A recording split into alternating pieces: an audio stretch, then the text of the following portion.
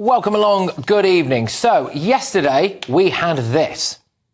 I'm now going to sentence Axel Rudakubana, having explained my reasons.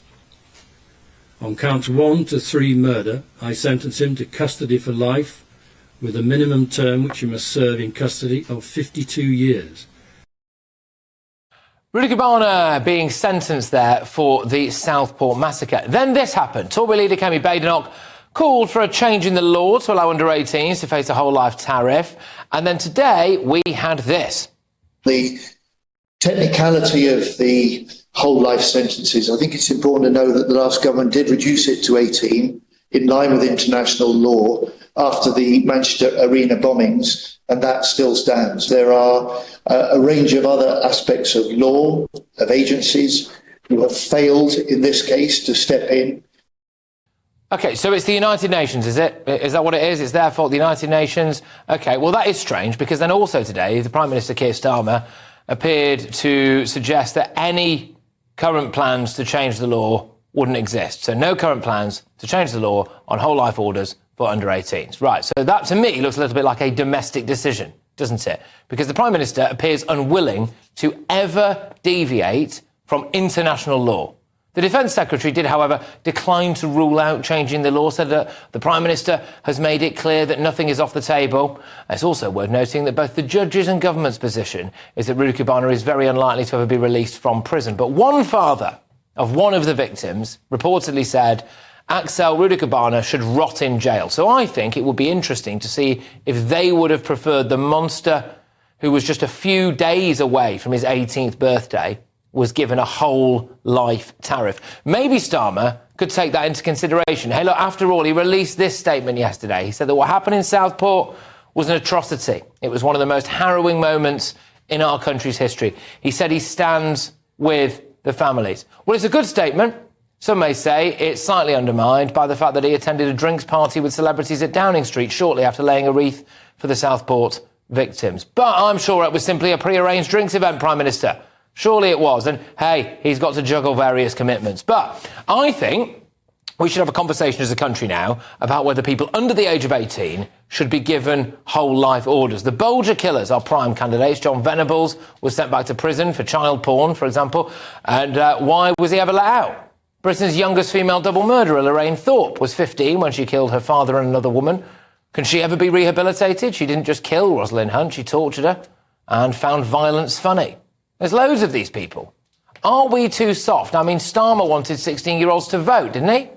We want to see 16 and 17-year-olds voting. They can go out and work. They can serve in our armed forces. And, of course, if they are out and working, they pay tax.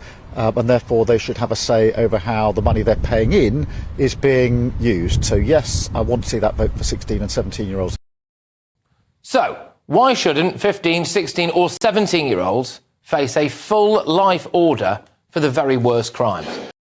Us blokes hate talking about a little thinning up top, and many of us settle with that balding look, but that wasn't for me, and that's why I went to Elite Hair, the world's leading hair loss clinic, and now I've had over 4,000 new hairs added to this barnet, and very soon I'm going to be rocking some brand new flowing locks, and you can too. So how does it work? Step 1, I sent the team a set of photos of my head. Step 2, I then spoke to one of the Elite Hair staff who looked through my photo submissions and worked out a treatment plan for me. Step 3, Elite Hair then organised accommodation and the treatment. I was at their state-of-the-art treatment centre in Istanbul, and their incredibly kind staff took me through the process, and before I knew it, I was in surgery. Elite Hair and their leading medical experts have specialised in pain-free treatments using the Sleep Deep method, and they really mean that. I felt incredibly relaxed the whole time, and I haven't felt any pain since. Check out Elite Hair using the link in the description. When you do, Elite Hair will provide you with a free personalised hair analysis. Then you'll join over 100,000 happy patients. Hit that link and start your hair growth journey like I did today. Let's go towards my panel this evening. We are, of course, joined by the Director for the Centre for Migration and Economic Prosperity, Stephen Wolfe. We've got political consultant, Suzanne Evans, and broadcaster and columnist, JJ Adesobi. Good evening, everyone. Thank you for joining us. Stephen, I'll start with you then. Should under-18s, especially if they're a few days away from their 18th birthday, be given a whole life order if they commit the most awful crimes? I'm not actually going to do what most people think I would normally say, which is the answer is yes. I am a barrister. I've been involved in criminal law when I was training before I got into the city. I understand it. My personal view on this is that it should be based on the evidence and circumstances of the case. I think there should be an opportunity for the judge to have discretion. So I don't think it should be an automatically element that's placed in law, so that you have to give them. After 18, I'm quite content with that. But I think just that in those circumstances, and I do believe that if you were in this case, which I know you know and everybody else in this panel, we've all been devastated by it since the moment it's occurred. I still feel this week I've not been myself about it at all. I've just, because I've got an 11-year-old daughter. Yeah. I think all of us right-minded people, the instinct would be that this man should never leave, but I do believe the judge should have had the discretion to be able to do so. And in these circumstances, I think he would have done. He would have done. Suzanne, your views. Let's deal with this case, Anne. I mean, I don't think that this guy can ever be rehabilitated, can he? No. I think there's quite a few like him as well. The Bolger killers were a lot younger, so there is that argument there. I mean, I would have quite liked to never see them let out, and indeed in the case of one of them who was sent back for child porn, etc., you think, well, that was right, wasn't it? We shouldn't have let him out. But in this case, what do you think? Whole life order? I think in this case it was 9 days away from his 18th birthday. I think there's a very strong case to be made for exactly as Stephen has just said, that the judge can have discretion. But, you know, somewhere there's got to be a cut-off line between who we consider to be a child and who we consider to be an adult. And that's got to be something that is in every civilised society. Now, Keir Starmer, yeah, if he wants votes for 16-year-olds, then yes, absolutely. He accepts that they are adults and have responsibility. And yes, of course, in which case it should be reduced. There's absolutely no doubt about this. But I remember, Patrick, you and I had the discussion about children and responsibility and crime when we were talking about the kids that have got caught up in the Southport riots. And, you know, I think we expressed concern that children in that instance were being put behind bars and heavily sanctioned, despite the fact they'd obviously got caught up in something of the moment and probably influenced by adults as well. This case, however, I think is very, very different. And I've heard so many people say, just 9 days. Just 9 days between absolutely making sure this violent, evil creature is locked up forever, and a lenient parole board that might just, if he pleads whatever, let him out. If the law was 16 is classed as an adult, and it was 9 days off his 16th birthday, we'd still be saying the same. Unfortunately, with law, there has to be a cut-off. Yeah, it does. Countries like the UAE, they go by the letter of the law. So whether you're 1 day before being an adult or not, that's how it is. So I think it should be reduced to 16. The law should change. Right. That won't affect him because this case is already going to have passed. But going forward, when I was 16, I was able to pay tax and work. I was able to also join the army. So if I'm old enough to join the army, I'm old enough to then go to jail for the rest of my life. Yeah, 100%. Well, I'm sorry, but, you know, we have footballers making their Premier League debuts. You could play for England at football at that age. I mean, if you're old enough, deemed old enough to get married, remember, until very recently. Yeah, if you're deemed old enough to be mentally competent and in control of your own actions, that you can go and start up front for Manchester United and represent your country at football, then I'm sorry, but if you commit a crime like that of Axel Rudakubana, then why can't you do a whole life term? Absolutely, and none of us on this panel is actually arguing that he shouldn't face a whole life term.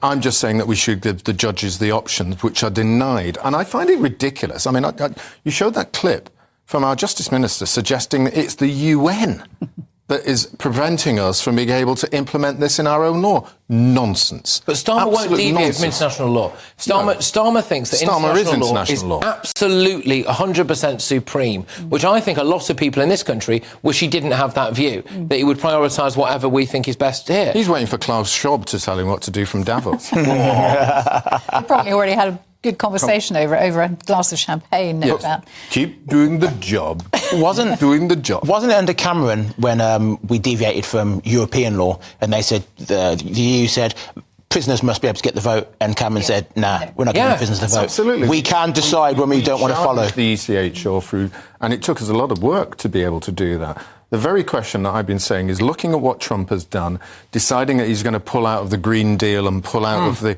climate change and pull out of the World Health Authority. I've argued for a very long time that we start to look at these international agreements and we pull out of the UNHCR when it comes to immigration. Absolutely. We pull out of the ECHR when it comes down to the law.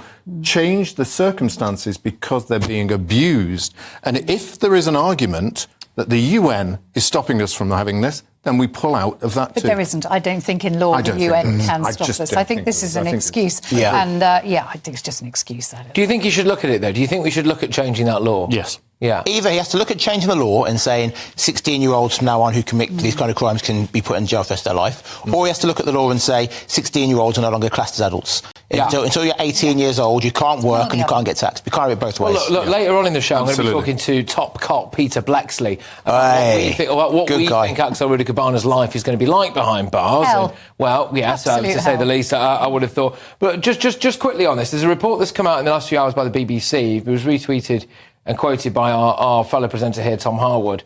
And the quote is this: the BBC has established that Axel Rudakubana's parents did not alert local police to the fact that the teenager attempted to travel to his former school a week before the Southport attack, where prosecutors now believe he intended to carry out a mass killing. Now, that is, according to BBC, they are saying that they have established that. But I think that does raise serious questions, doesn't it? About the role of the parents in all this. And again, I don't want to get into territory, certainly not where I'm defaming the parents. I don't know what their lives was like with that monster behind the scenes. But if that is the case, as the BBC are reporting, then that does raise serious questions. It does, and I'm going to say two things. I'm part of a parent group that deals with children who have got serious ADHD and other issues on them, and I see the pressure that some of these parents have, particularly one I'm thinking of whose child is well over 6 foot and she's small.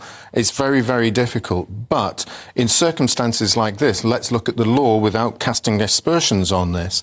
There is an opportunity for the CPS to consider aiding and abetting in various circumstances, depending on the evidence. So there is an option for them to do so, but let's also bear in mind that we do know children who are very abusive to their parents. Yeah, absolutely. And put their parents in fear. I'm not saying that's the circumstance. But This kid was known to our terrorism services and reported to them Absolutely. 3 times, and that was under Priti Patel. So it's fine for the Tories now to say to Starmer, "You're not doing enough." Agreeing you.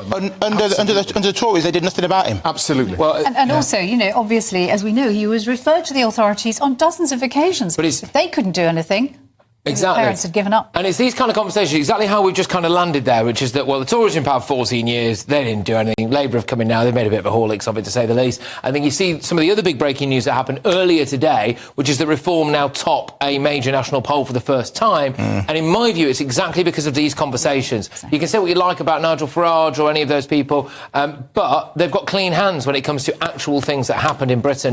But isn't this why we need a proper full investigation? Because it's those in authority, we keep saying it on this show, it's those in authority that are stopping things from happening. All right, so I'm just going to reiterate, because apparently I have to, that supposedly Keir Starmer they've said that nothing's off the table when it comes to changing the law. Nothing is off the table. So we'll see, won't we?